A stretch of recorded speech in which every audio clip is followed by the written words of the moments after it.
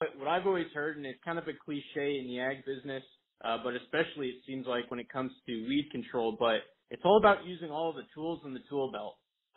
Whether that is some of the mechanical control methods that I discussed, like tillage methods and using cover crops, but also using your residual herbicides, your herbicides that are going to prevent germination, and your post herbicides. So like you said, Dan, it's all about using all the tools available and all the tools in your tool belt, and adjuvants, and choosing the correct adjuvants kind of help you to add another tool in that tool belt, and that they can be added to any kind of sprays, any kind of herbicides, pesticides, and they act as drift reducers, defoamers, buffering agents, crop oils. Those all kind of fit under the umbrella term adjuvants. And so we're combining those with these products to improve the performance, but it's really important to know, out of all those, which one is really the most proper for the role that you're trying to fill, which one is the right for you to choose in your spray application. So choosing an adjuvant is kind of important based on the type of application you're going to be doing. So for instance, we have burn down applications where we want to use something that can really cut through that waxy cuticle layer of a lot of these tough winter annual weeds.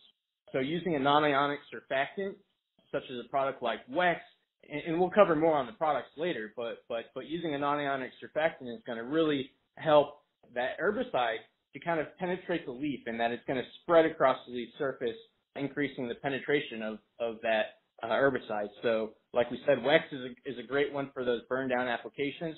For post, we also can use a non-ionic surfactant such as Wex, but we like to use Rainfast really for those post applications, and it's a little bit softer chemistry, and it won't have the likelihood to burn crops like the Wex might possibly do. In comparison to a lot of other non-ionic surfactants, ours is a very low toxicity, so it's a pretty gentle product. But for instance, if you're using a specific herbicide, let's just say glyphosate or glufosinate, for instance, with glyphosate, AMS is commonly required or recommended on the label at about 8.5 to 17 pounds per 100 gallons of spray solution. So that's going to be really important if you're working with a hard water solution. That AMS is going to help to condition the water, help neutralize those ions in the hard water that can kind of help inactivate the glyphosate or that Roundup molecule. So we actually have a pretty handy calculator for our AMS product complete that you can use based on a water test. So a pretty cool thing there. But on the other side, we have products like Liberty or glufosinate. So some of you all may know that those are very prone to foaming, especially if you're driving on a very hilly or bumpy field. So that foam coming out of the spray nozzles, that's not going to be spread nearly as effective. It's not going to be penetrated by the weeds nearly as effective as it would be in a true spray solution. So we can use products like Knockout or a defoamer to help to reduce that spray and making sure that our active ingredient is suspended in those spray molecules rather than a foam. Another common adjuvant are MSOs, or methylated seed oils.